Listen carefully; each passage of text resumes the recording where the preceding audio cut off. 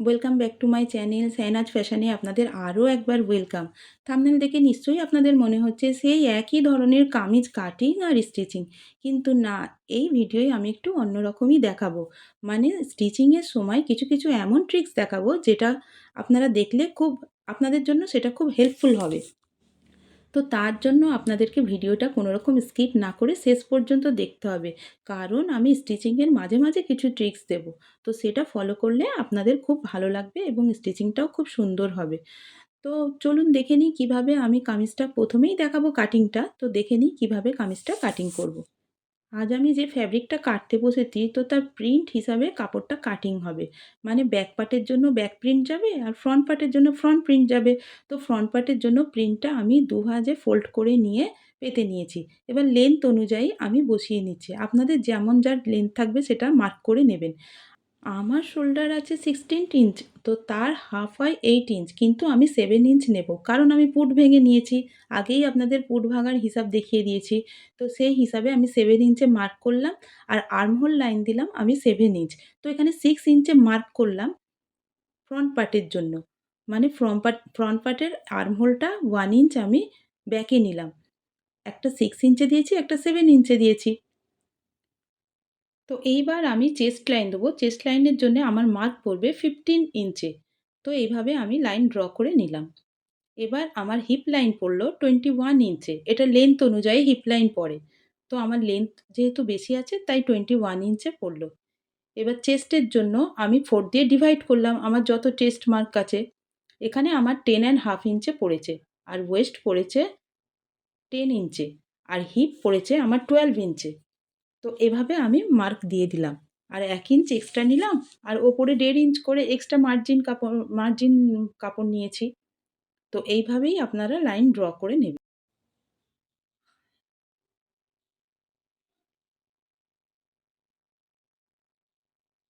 এবার আর্মহোলের জন্য আপনারা স্কেল বসিয়েও করতে পারেন, কিংবা হাতের সাহায্যেও মাপ দিয়ে দিতে পারেন। তো এইভাবেই আমি মার্ক করে নিচ্ছি। আপনারা চাইলে হাত দিয়েও করে নিতে পারবেন। আমার ফ্রন্ট পার্টের আলাদা আর্মহোল মার্ক আর ব্যাক পার্টের জন্য আলাদা আর্মহোল মার্ক। তো আমি দুটোই দিয়ে নিয়েছি।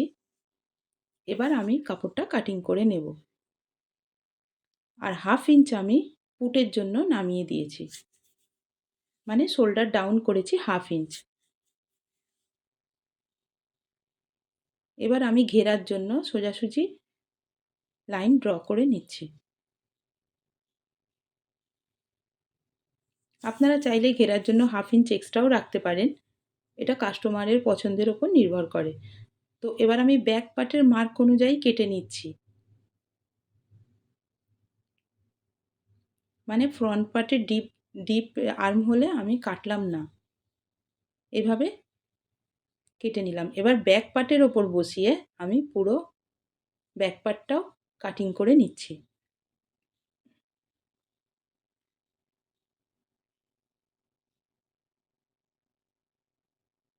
এবার আমি আর্মহোলটা দেখে নেব আমার ঠিকঠাক এসেছে কিনা। আমার আর্মহোল আছে 18 ইঞ্চ।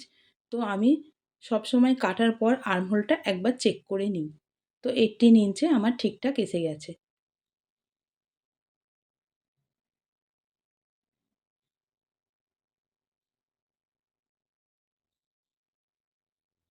ফ্রন্ট পার্টের একটু ডিপ আছে, ব্যাক পার্টের একটু। এবার আমি স্লিপসের জন্য কাপড় বসিয়ে নিচ্ছি। যেহেতু আমার স্লিপসের জন্য কাপড় একটু কম আছে, তো প্রিন্টটা ম্যাচ করে নিয়ে, আপনাদের যদি প্রিন্টিং ফ্যাব্রিক হয় তো ম্যাচ করে নিয়ে কাপড়টা স্টিচ করে নেবেন। তারপর স্লিপসটা কাটলে খুব সুন্দর হয়। মানে কোনো রকম কাপড় সরে যায় না এবং কাপড়ের কাটিংটা খুব ভালো হয়। তো আমি স্লিপসের জন্য কাপড় এবার সাইজ করে নিচ্ছি। আমার স্লিপসের লেন্থ আছে 17 ইঞ্চ। তো আমি 1.5 ইঞ্চ এক্সট্রা নিলাম। নিচে মুহুরিতে 1 ইঞ্চ মোড়ার জন্যে, ওপরে 1/2 ইঞ্চ স্টিচিংয়ের জন্য। এবার 3 ইঞ্চে মার্ক করে দিলাম। আর আমার যেহেতু আছে 10.5 ইঞ্চে আমার আর্মহোল পড়েছে, তো আমি এখানে 10.5 ইঞ্চ কাপড় নিয়ে এটা স্লিপসের জন্য মার্ক করে দিলাম। আর নিচে আমার আছে 6 ইঞ্চে মোহরি, তো আমি 1.5 ইঞ্চ এক্সট্রা নিয়ে 7.5 ইঞ্চে মার্ক করে এটা এভাবে লাইন ড্র করে দিলাম।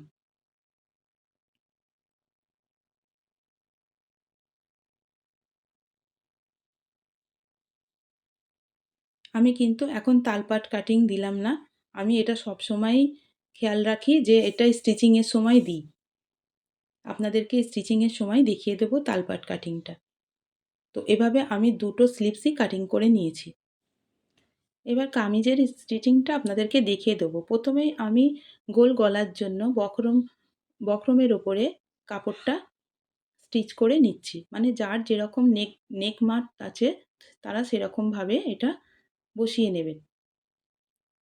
এবার মিডল বরাবর একটু কাট দিয়ে এটা মিডিলে মার্ক করে দেবেন। এটা মেন ফ্যাব্রিকের ওপর এবার বসাবো, কিন্তু তার আগে আমি একটা চাপ সেলাই দিয়ে নিচ্ছি। আমার ট্রিক্স নাম্বার 1 এই যে এটা পেস্টিং পেপারের ওপর নেক ডিজাইন করলে খুব সুন্দর হয়। কারণ পেস্টিং পেপারে যখনই আপনি নেক ডিজাইন বসাবেন তো আপনার নেকটা খুব সুন্দর পড়বে আর কোনো রকম ক্রিজ হবে না এবং হুবাহুব নেক যেরকম দিতে চাইছেন ঠিক সেরকমই হবে। তো এভাবে ঠিক বসিয়ে নেবেন আপনারা।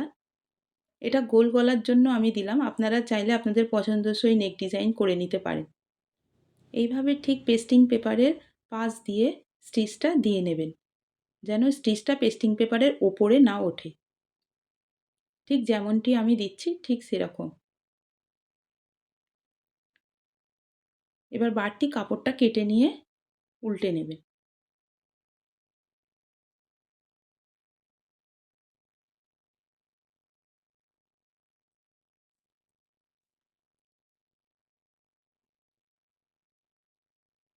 ছোট, ছোট কাট দিয়ে নেবেন।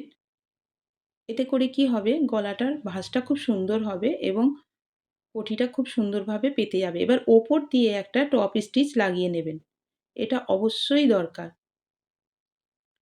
যতক্ষণ না টপ স্টিচ দেবেন ততক্ষণ নেকটা ঠিকমতো পড়বে না। তো এইভাবে টপ স্টিচ দিয়ে ফোল্ড করে নেবেন ভিতরের দিকে।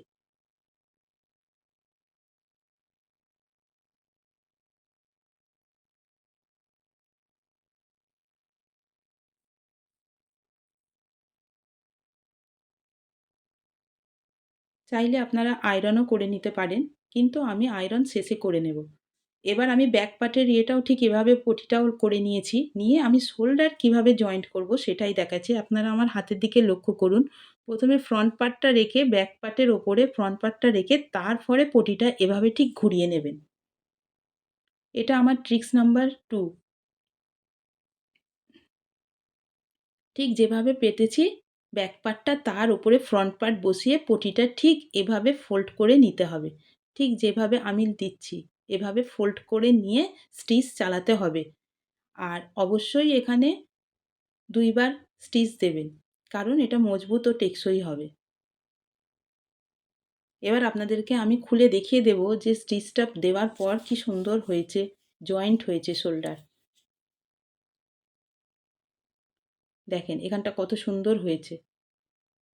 তো এই ছোট, ছোট ট্রিক্সগুলো মেনে চললে কাস্টমারের মনও পছন্দ হয় আর কামিজের ফিনিশিংও খুব সুন্দর আসে। তো আমি স্লিভসের জন্য এবার মোহরিটা স্টিচ দিয়ে নিচ্ছি। স্লিভসের মোহরিটা মানে আমি ফোল্ড করে নিয়ে স্টিচ চালিয়ে দিচ্ছি। আপনারা চাইলে স্লিভসে নানা রকম ডিজাইনও দিতে পারেন। আমার কাস্টমার চায়নি তাই আমি এখানে সিম্পলি দিলাম।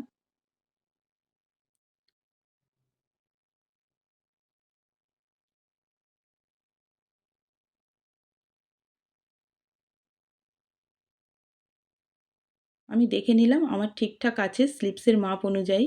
তো এবার আমি তালপাট কাটিং করব। মানে ফ্রন্ট পার্টের জন্য একটু শেপ দেব। ঠিক এখানে একটু ১ ইঞ্চ পরিমাণ ব্যাকে নিয়ে যেয়ে বাড়তি কাপড়টা কেটে দিলেই ফ্রন্ট পার্টের তালপাট কাটিং হয়ে যাবে। এটা ছিল আমার ট্রিক্স নাম্বার 3। দেখছেন তো? ঠিকঠাক আমার পড়েছে। তো এভাবে কিভাবে স্লিভসটা অ্যাটাচ করব সেটা আমি দেখিয়ে দেবো ভালো করে।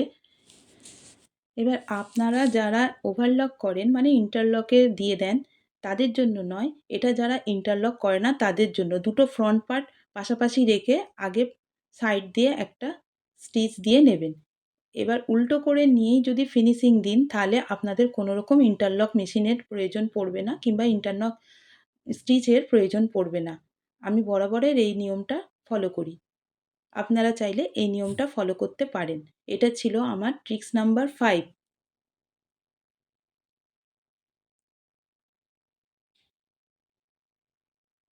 এবার আমি ফিনিশিংয়ে দিচ্ছি। কাপড়টা ফোল্ড করে নিয়ে দেখছেন তো উল্টো দিকে কোনো রকম কিছু কাপড় মানে সুতো-টুতো বেরিয়ে নেই, কোনো কিছু নেই। ঠিক যেন ওভারলক স্টিচের থেকেও দেখতে ভালো লাগে। তো এইভাবে আমি এইটাই ফলো করি। এবার আমি স্লিভসটা কিভাবে অ্যাটাচ করব আপনাদেরকে দেখিয়ে দিচ্ছি। প্রথমে আমি সেই দুটো পার্ট সোজা করে রেখে আগে স্টিচ দিয়ে নিচ্ছি। ইন্টারলক যেহেতু দেব না, এবার উল্টো করে নিয়ে কাপড়টায় স্টিচ দেব। প্রথমেই আমি কাপড়টা মাপটা ঠিকমতো দেখে নেব কতটা আমার ফোল্ডে যাবে। তো এইভাবে আপনারা ভালো করে একবার ফিনিশিংয়ে দেখে নেবেন। মানে স্টিচের আগে একবার ম্যাচ করে নেবেন।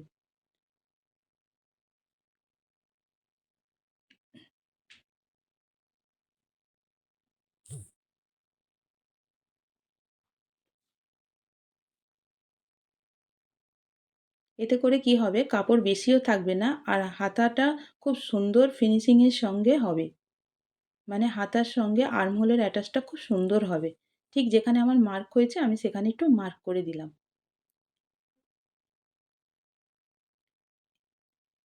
এবার আমার স্লিভস মুহুরি আছে 6 ইঞ্চ, তো দাগ দিয়ে নিলাম।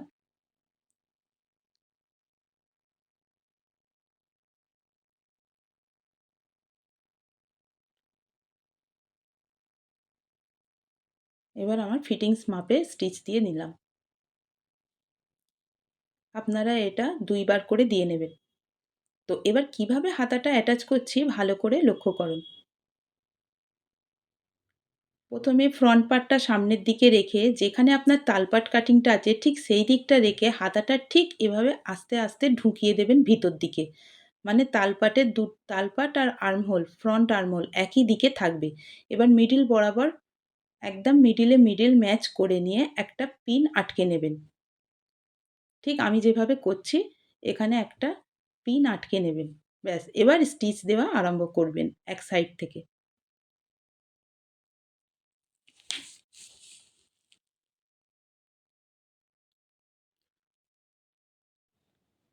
কোনো রকম ফ্যাব্রিকই টান দেওয়া চলবে না। মানে টেনে, টেনে স্টিচ দেওয়া চলবে না। একটার ওপর একটা আলতো হাতে বসিয়ে শুধু স্টিচটা চালিয়ে দিতে হবে। কারণ আমার তো মাপ করাই আছে। স্লিভসের সঙ্গে কামিজের আর্মহোল একই মাপ আছে। তো টানাটানি করার দরকার নেই। মিডল বরাবর ঠিক এসে যাবে নিচে থেকে। তো এইভাবে হালকা হাতে দিয়ে নেবেন। আর এখানেও ২ বার করে স্টিচ দেবেন। এটা মজবুত আর টেকসইয়ের জন্য। দেখছেন তো? কোনো রকম কাপড় কোনো কিছুতেই টান দেওয়া চলবে না। শুধু হালকাভাবে স্টিচটা চালিয়ে দেবেন। আর মিডলের কাছে এসে ঠিক এইভাবেই কাপড়টাকে ফোল্ড করে নেবেন। তাহলে এতে করে কি হবে হাত যখন আপনি ওপর দিকে তুলবেন কোনো রকম টান আসবে না। এটা হচ্ছে আমার ট্রিক্স নাম্বার 6। তো এই নিয়মটাও ফলো করবেন। আমি ২ বার স্টিচ দিয়ে দেখিয়ে দিচ্ছি।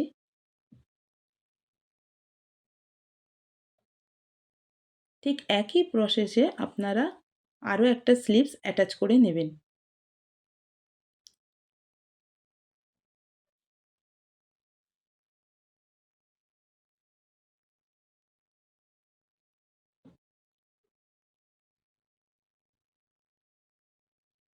এবার আমি দেখিয়ে দেব যে কীরকমভাবে হয়েছে। আর এই যে কাপড়গুলো আমি ফোল্ড করেছিলাম, একবার করে আপনারা স্টিচ দিয়ে নেবেন। ঠিক যেভাবে আমি দিচ্ছি ঠিক সেভাবে দেবেন। এতে করে কি হবে কোনো রকম আনইজি ফিল হবে না। মানে কাপড়টা পরার পর কোনো রকম অস্বস্তিকর আসবে না। এটা ছিল আমার ট্রিক্স নাম্বার 7। এবার আমি দেখিয়ে দিচ্ছি যে মিডল বরাবর স্টিচটা কীরকম পড়েছে। কোনো রকম কোনো কিচ্ছু এদিক ওদিক যায়নি অথচ কাপড়ে কোনো টানও ধরেনি। ঠিক এভাবে স্লিভস অ্যাটাচ করতে হয়। আমার কিন্তু ৭ টা ট্রিক্স দেওয়া হয়ে গিয়েছে। এভাবে আরও একটা স্লিভস আমি অ্যাটাচ করে নিয়েছি।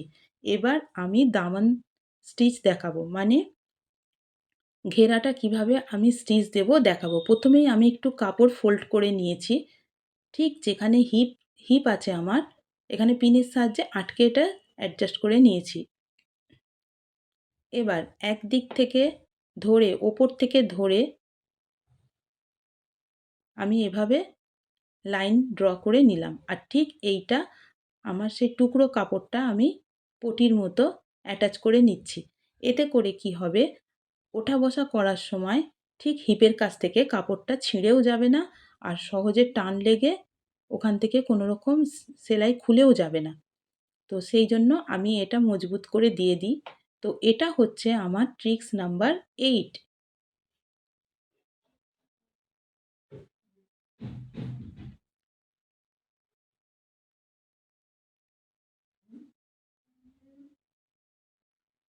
আমি যেভাবে দিচ্ছি ঠিক সেভাবে যে লাইনটা ড্র করা হয়েছে তার ওপরেই দেবেন। তাহলে এটা বেঁকেও যাবে না, সোজাসুজি পড়বে।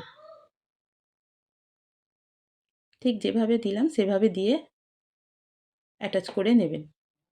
এবার যেভাবে দেয়া হয়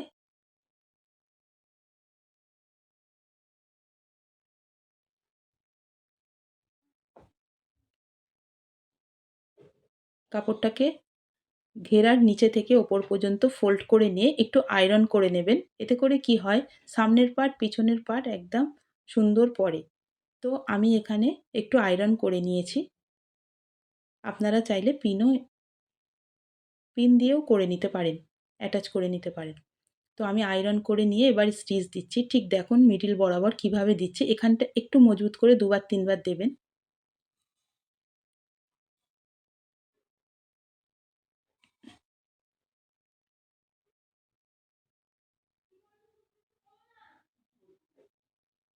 ঠিক এভাবে আমি করে নিলাম।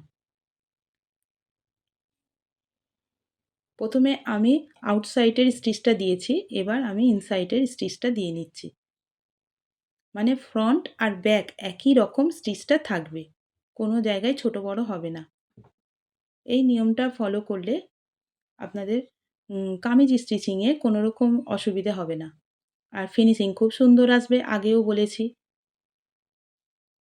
তো ভিডিওটা কেমন লাগলো অবশ্যই জানাবেন। আশা রাখছি যে আপনাদের কাছে ভিডিওটা খুব হেল্পফুল ছিল। যদি একটু মাত্র মনে হয় যে ভিডিওটা ভালো হয়েছে তাহলে প্লিজ আমার চ্যানেলটাকে সাবস্ক্রাইব করে দেবেন।